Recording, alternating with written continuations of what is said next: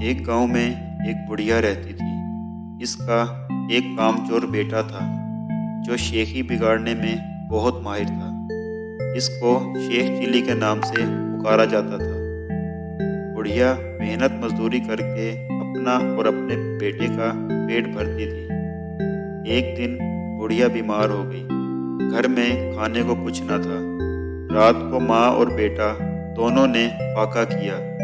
اگلے دن ماں نے کہا، بیٹا اب تم کچھ کام کرو، جنگل سے لکڑیاں لا کر ہی بیچ دیا کرو تاکہ گزر بسر ہو سکے۔ شیخ چلی نے یہ سنا اور جنگل کی راہ لی۔ جو درخت اس کے راستے میں آتا وہ اس سے پوچھتا کہ میں تجھے کاٹوں یا نہ کاٹوں۔ کسی درخت نے اس کا جواب نہ دیا۔ شام ہونے کو تھی۔ شیخ چلی گھر واپس آنے کا ارادہ کر ہی رہا تھا کہ ایک درخت پر اس کی نظر پڑ گئی۔ اس نے اس کے پاس جا کر پوچھا کہ میں تجھے کاٹوں یا نہ کاٹوں؟ درخت بولا، ہاں کاٹ لے، مگر میں ایک نصیحت کرتا ہوں کہ میری لکڑی سے پلنگ بنانا اور بادشاہ کے دربار میں لے جانا۔ اگر بادشاہ اس کی قیمت پوچھے تو اسے کہنا پہلے 1-2 راتیں اس پر سوئے، پھر اگر مناسب سمجھے تو خرید لے۔ شیخ چلی نے اس کی ہدایت کے مطابق اس سے لکڑیاں کاٹ کر پلنگ تیار کیا اور بادشاہ کے دربار میں پہنچا۔ بادشاہ نے اس کی قیمت پوچھی تو شیخ چلی نے کہا، پہلے آپ اس پر 1-2 راتیں سوئیں، اگر اس میں کوئی خوبی پائیں تو انعام کے طور پر جو دل چاہے دے دیں۔ بادشاہ یہ سن کر حیران ہوا اور شیخ چلی کے کہنے پر نوکروں کو حکم دیا کہ آج یہی پلنگ میرے کمرے میں بچھایا جائے۔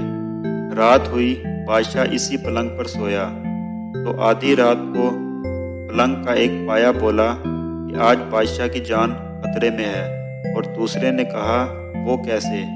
تیسرا بولا، بادشاہ سلامت کے جوتے میں کالا سانپ ہے۔ چوتھے نے کہا، بادشاہ سلامت کو چاہیے کہ صبح جوتے کو اچھی طرح جھاڑ کر پہنے۔ صبح واقعی ایسے ہوا، بادشاہ کے جوتے میں سانپ تھا۔ جوتا جھاڑنے کی وجہ سے وہ سانپ نکل کر بھاگ گیا۔ اس طرح بادشاہ کی جان خطرے سے محفوظ رہی۔ دوسری رات جب بادشاہ سویا تو پھر پایوں نے آپس میں باتیں شروع کر دی۔ ایک بولا کہ تم پلنگ کو سنبھالے رکھو، میں کچھ خبریں جمع کر لاؤں۔ تینوں پایوں نے پلنگ کو سنبھالے رکھا۔ چوتھا واپس آیا تو اس نے خبر سنائی کہ بادشاہ کا وزیر سازش کر کے بادشاہ کو ختم کرنے کے بارے میں سوچ رہا ہے۔ پھر دوسرا پایا گیا اور خبر لایا کہ بادشاہ کی بیوی وزیر سے مل کر بادشاہ کو زہر دینا چاہتی ہے۔ تیسرے پائے نے تجویز پیش کی کہ بادشاہ کو چاہیے کہ وزیر کو مروا دے۔ چوتھا پایا گیا، یہ خبر لے کر آیا کہ بادشاہ کو جو صبح دودھ پینے کو دیا جائے گا اس میں زہر ہوگا۔ بادشاہ سلامت یہ سب کچھ سن رہے تھے۔ صبح اٹھ کر جب اسے دودھ دیا گیا تو اس نے دودھ نہ پیا بلکہ دودھ بلی کو پلا دیا۔ بلی اسے پیتے ہی مر گئی۔ اس سے بادشاہ کو پتہ چل گیا کہ اس کا وزیر اور بیوی دونوں مل کر اس کی زندگی ختم کرنا چاہتے ہیں۔ بادشاہ نے وزیر کو برطرف کر دیا اور ملکہ کو محل سے رخصت کر دیا۔ بادشاہ نے شیخ چلی کو بلایا اور بہت سے انعامات سے نوازا۔ بادشاہ کے دربار میں اس کی عزت ہونے لگی۔ دونوں ماں بیٹا بڑے آرام سے زندگی بسر کرنے لگے۔ اس دنیا میں ہر آدمی سکون کی تلاش میں ہے۔ کوئی جنگل بیابان کا رخ کرتا ہے، کوئی نیند کی گولیوں کا سہارا لیتا ہے، کوئی موسیقی میں سکون تلاش کرتا ہے تو کوئی قدرتی مناظر میں سکون ڈھونڈنے کی کوشش کرتا ہے۔ کریم بخش بھی سکون کی تلاش میں مارا پھر رہا تھا۔ وہ گھر میں بیوی بچوں کے شور سے جب بہت زیادہ عاجز آ جاتا تو ندی کے پل پر جا کر بیٹھ جاتا اور گھنٹوں لہروں کو تکتا رہتا۔ ایک دن انہوں نے پیش امام تبارک علی سے اپنی تکلیف بیان کی اور مشورہ مانگا۔ تبارک علی نے کہا، میاں سنا ہے کہ پڑوس کے گاؤں میں ایک تجربہ کار حکیم ہے جو حکیم پرسکون کے نام سے مشہور ہے، ان سے مشورہ کر لو۔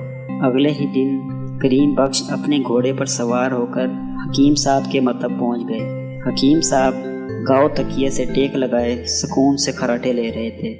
کریم بخش کے کھانسنے کی آواز سے چونک کر آنکھیں کھولی اور اسی انداز میں لیٹے لیٹے اس کی نبض دیکھ کر بولے کہ سکون چاہتے ہو؟ کریم بخش نے کہا جی سرکار۔ حکیم صاحب بولے کتنا؟ جی بہت سا، یعنی مکمل۔ تو حکیم صاحب بولے تو پھر جاؤ 4 لوگوں کو لے آؤ۔ کریم بخش نے کہا وہ کیوں جناب؟ حکیم صاحب بولے کہ بھائی مکمل سکون تو نہر کے پل پار والے قبرستان میں ہی مل سکتا ہے۔ نہیں جناب، اتنا نہیں، بس گھر میں بیوی بچوں کے شور سے بہت پریشان ہوں، 1 منٹ سکون سے نہیں گزرتا۔ حکیم صاحب نے کہا کہ گھر میں مرغا ہے؟ کریم بخش نے اس بے تکے سوال کو سن کر کہا نہیں جناب۔ مگر کیوں؟ حکیم صاحب بولے آج ہی لے آؤ۔ کریم بخش نے واپسی پر منڈی سے 1 مرغا خرید لیا۔ بچے تو مرغا دیکھ کر بہت خوش ہوئے اور اس کے ساتھ کھیلنے لگے اور زیادہ شور کرنے لگے۔ 2 دن میں مرغے نے وقت بے وقت اذان دے کر کریم بخش کو عاجز کر دیا اور وہ پھر حکیم صاحب کے پاس پہنچا اور ساری کہانی بیان کی۔ حکیم صاحب نے کہا کہ جاؤ آج ہی 1 کتے کا بندوبست کرو، اور سکون سے چادر لے کر لیٹ گئے۔ کریم بخش نے سلمان پہلوان سے 1 کتا خریدا اور گھر چل دیا۔ بچے کتا دیکھ کر اور خوش ہوئے۔ اب کتا اور مرغا دونوں مل کر شور مچاتے، گھر میں طوفان برپا رہتا۔ کریم بخش کا رہا سہا سکون بھی ختم ہو گیا۔ وہ بیچارہ پھر حکیم صاحب کے پاس حاضر ہوا اور اپنی کہانی بیان کی۔ حکیم صاحب بولے کہ گھر میں گھوڑا ہے؟ کریم بخش کو تو غصہ آ گیا۔ اس نے کہا حکیم صاحب میرے علاوہ کوئی نہیں ہے۔ حکیم صاحب بولے کہ آج یہ گھوڑے کا بندوبست کرو۔ کریم بخش نے بھولو دھوبی سے 1 عدد گھوڑا خریدا۔ اب رات کو مرغے، کتے اور گھوڑے نے جو شور مچانا شروع کیا تو سارے محلے والے اکٹھے ہو گئے اور کہا کریم بخش تم نے اپنے ساتھ ساتھ ہمارا بھی سکون ختم کر دیا، فوراً ان جانوروں کو یہاں سے نکالو۔ کریم بخش پھر حکیم صاحب کے پاس پہنچا اور ساری کہانی بیان کی۔ حکیم صاحب نے حکم دیا کہ گھوڑا واپس کر رہا ہو۔ کریم بخش نے گھوڑا آدھی قیمت پر بھولو کو واپس کر دیا۔ گھوڑے کے جانے سے اگلے دن اس کو کافی اچھی نیند آئی اور کچھ سکون میسر آیا۔ اگلے دن اس نے حکیم صاحب کو یہ خوشخبری سنائی۔ حکیم صاحب نے کہا کہ کتے سے پیچھا چھڑوا لو۔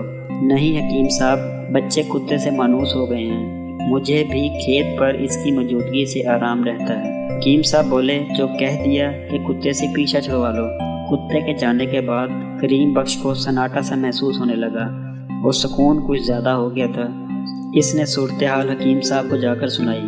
حکیم صاحب نے مشورہ دیا کہ مرغے کو حلال کر دو۔ اب تو کریم بخش سے برداشت نہیں ہوا اور وہ چیخا حکیم صاحب یہ نہیں ہو سکتا، مرغے سے گھر میں سب محبت کرتے ہیں، جس دن وہ اذان نہیں دیتا وہ دن ہی نہیں نکلتا۔ حکیم صاحب نے کہا ابھی تمہارا علاج مکمل نہیں ہوا، جیسا ہم کہتے ہیں ویسا کرو، مرغے کا جانا ضروری ہے۔ بیچارہ کریم بخش مرتا کیا نہ کرتا، اس نے مرغے سے بھی پیچھا چھڑوا لیا۔ اب اس کو ایسا محسوس ہونے لگا جیسے گھر میں کوئی نہیں ہے۔ گھر کی خاموشی سے اس کو وحشت ہونے لگی۔